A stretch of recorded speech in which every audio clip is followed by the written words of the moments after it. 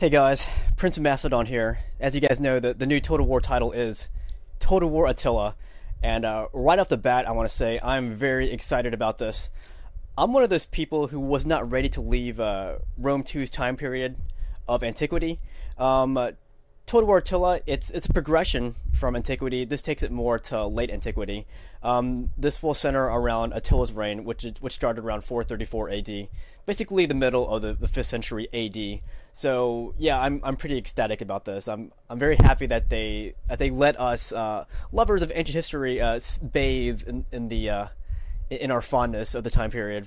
You know, just for a little bit longer. I'm not ready to jump to another time period just yet, and I do want to say I made an adventure video with Eric Carthage. If you guys want to check it out, that's basically our 3-day chronicle of attending the Total War Attila announcement in San Francisco. That was a few weeks ago.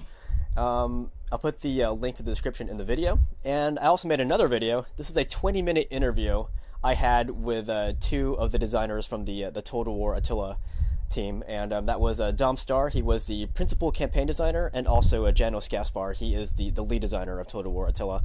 And I sat down for 20 minutes with them. They answered everything I had for them. Very in-depth interview, I think. Like, all the questions I asked, they answered in very, very, very good depth.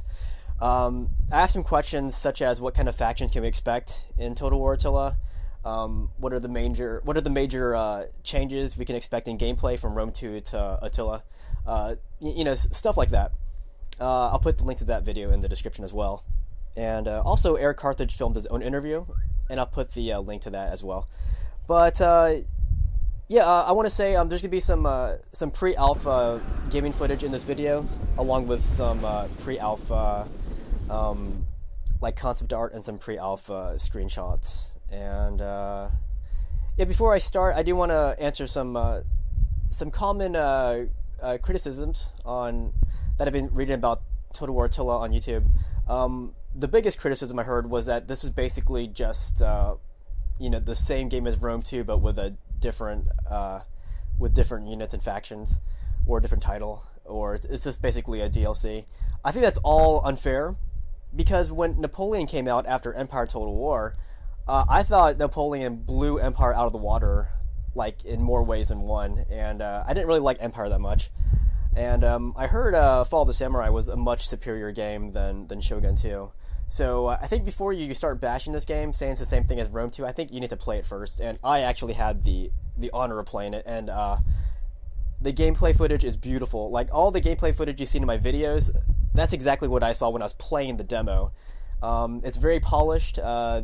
It looks fantastic. I wish you could have all been there. But as for now, you have to take my word for it and just watch the clips I have of the video footage. So we're gonna talk about some of the new features they added in this game, and there's quite a bunch. And I'm only gonna name what they told me. I'm sure there's a bunch more, but I can only talk about what they told me personally. And again, if you want a more in-depth answer, sorry, into these features, you have to watch my 20-minute interview with the Creative Assembly. I'm just here to make you aware of what's out there, and if you're interested, you can do some research on my other videos. So some of the big differences were in terms of graphics. When I played the demo, it's beautiful, but in terms of campaign, they allowed you to have an increased zoomed in option with your camera on the campaign map, so you can see more of the beautiful textures. And that's another thing they done. They did a texture refinement. They call it increased texture fidelity, but it basically makes the landscape more beautiful. And they also changed the water animation, so now it looks more in depth. They added a like a shader to it, so now the water has a greater sense of having more depth to it, and there's better reflection. So it looks very beautiful. Like when I watched the water animation in Empire Total War, I was pretty blown away by that. But compare Empire Total War to Total War Attila, there's a huge difference. Little subtle differences, but your eye will pick up on it, and it makes a vast difference in terms of presentation. But that's just graphical stuff. I'm more about the gameplay. So what did they change about the gameplay? We'll talk about some of the campaign changes they added. So the first thing they added to a campaign, there's a concept called Desolate Regions or Desolation. Basically, you now have the option as a player to destroy your own settlements. Why would you do this, you might ask? Well, let's say you have a settlement that you can defend, and you see an invading army coming to take it. So instead of giving him this free settlement that's really advanced and whatnot, you can destroy it. And if your enemy takes it after you destroy it, then he's going to have nothing there. He's going to have to start that settlement from scratch. So you can deny him that settlement. It's basically a scorched earth policy. The kind of policy that Fabius would have recommended against the Carthaginians of Hannibal, the Fabian tactics. That's one thing. They have another thing called siege escalation, and with that comes persistent damage. So let's say you fight on a settlement for the first time. When you fight on a settlement for the first time, it's going to be undamaged, right? But after that battle, you reckon there's going to be some kind of damage to that settlement. So if you don't repair that settlement after your first battle and you fight another battle afterwards, that damage is going to stay there, and it's going to keep getting worse and worse until you repair it. So you might want to look after your talons more often. And another thing about talons, if you neglect your talons, diseases can spread out. I mean, they can break out, and then they can spread. So you want to make sure you nourish your settlements and micromanage them, or you know, whatever it is you do to take care of your talons. And here you can see an animation of the campaign map, and that town right there, that's under a disease right there. It's infected with the disease. So that's something you need to look out for now if you're a campaign player. Also, family tree, they brought it back. A lot of people were complaining that there was no family tree, so it's back now, and it's for you to enjoy. And they now have, you know how in Rome 2 you had one ancillary trait for your characters? Now they have 3 ancillary traits that you can give your characters, and they're all themed. So make sure you look out for that. If you want a more in-depth answer into what that entails, you can watch my 20-minute interview with the CA. And also, there's a thing called climate change. I don't think that's new, but they showed us some of the graphical details. It's pretty beautiful. And also, there's a thing called, it's related to climate change. Well, actually, it is part of the climate change. There's not global warming back then. It's global cooling. It'll get cooler and cooler. The snow's going to build up. And with this global cooling, it's going to affect the, migrations. Also, it's going to affect public order. So climate change is going to have an effect on the campaign overall. And what else? Also in siege battles, sometimes now civilians they might be present in your siege battles. They can either fight in your siege battles. You don't have control over them though, or they might just run away. But the fact is, you can now sometimes see your civilians just kind of running around your towns. They showed me a video in which we can see this. It was pretty entertaining, I gotta say, and I'm pretty sure Eric Carthage was pretty amused by that as well. So those are some of the changes they talked about. Also, if you're a campaign player, you can now share your campaigns online.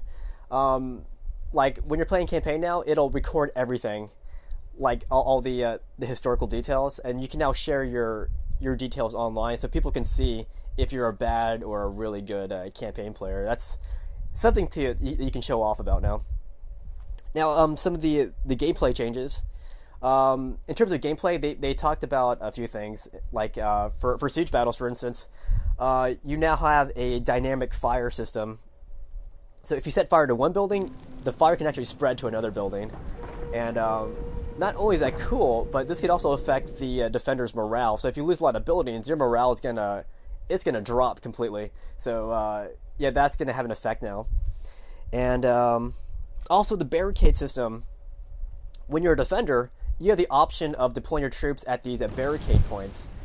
And if you choose to put a unit there, they can hold their ground a lot longer now. And for example, if you put an archer unit at a barricade point, and let's say an enemy cav unit is coming at you, they could get point blank at your archers. And as long as there's a barricade there, your archers can shoot them point blank and just wreak havoc on these enemy cav units. Only until they destroy the barricade will they be able to get to your archers, but by that point, your archers can displace. So they gave both the attackers and the defenders some extra tools to work with in siege battles now. Now, some of you are interested in what kind of factions there are. I actually asked the designers what kind of factions there were going to be. I can't speculate what they might have, but you can watch my interview, and they drop a lot of hints as to what other factions you can expect. It's quite amazing. I can't speculate myself, but you guys can speculate all you want. And yeah, those are just some of the changes. There's gonna be plenty more announced in the upcoming months. I'm pretty excited about that. So yeah, I played the demo, and actually I took notes of my battle. And I don't know if you guys would be able to play the same demo I played, because this is all pre-alpha. But if you do, this is what my winning battle plan looks like. Let me tell you what kind of troops I had. You might be interested in this. I was the Western Romans. The enemy was some barbarian faction. I'm not sure who they were exactly, but I was defending this town. I had my general unit, and he was on a heavy melee cav unit. I also had another cav unit. This was a light skirmish cav unit, and you can deploy them anywhere. Kind of like a guerrilla unit, you can deploy them anywhere, within reason of the boundaries. I also had two foot missile units. They were my ballistarii, and they were crossbowmen. I had 2 teams of artillery, 2 units of spearmen. They were called Western Auxilia Palatina. And then the meat of my army were my 4 Legio Comitatenses. Tenses. They were rough, very, very, very, very baller. The enemy units, I didn't record their exact numbers, but they had lots of Nordic Axe warriors. They had some very elite units, the Chosen Warriors. Those guys would eat my guys alive in the open, like all my guys, even my Legio Comitatenses. They had some other troops. I forgot what they were. They had some archers. They had about 4 units of them. They had 2 teams of artillery at least, and at least 3 or 4 units of cav. So yeah, I was blown away by the presentation that they gave us, and I was also blown away by the demo. It was beautiful. Granted, we were using very top class Alienware, but it was gorgeous. Man, I can't wait to try out the full version, and I really want to try out the Huns in custom battle. Because that's the title faction. And speaking of the title faction, the title character Attila, he is a very interesting person to read about. And I have some books on Attila and also the Huns as well. I'll put the title of those books at the end here, so you can, if you want to read about them, you can. I highly recommend it. It's a very interesting time period. You know, that's when Western Rome is on the decline. Eastern Rome's still holding out. You have all these barbarians migrating west because they're being pushed out by the Huns themselves. And also in the east, you have these very civilized empires like the Sassanids. So there's no telling what kind of factions are going to be. But if you watch my interview video, you can get a sense of what might be. Anyways, leave your thoughts on Total War Attila, and please keep a very open mind about this game, because I was blown away by the gameplay myself, and I actually got to play it. Some people aren't given a chance, and the game hasn't even come out yet, so definitely give it a chance. And also give Rome 2 a chance too, because with the Emperor's Edition, it makes a lot of huge improvements, and I think you'll be pleasantly surprised by it. Anyways, guys, I'll see you later. Thanks for watching this.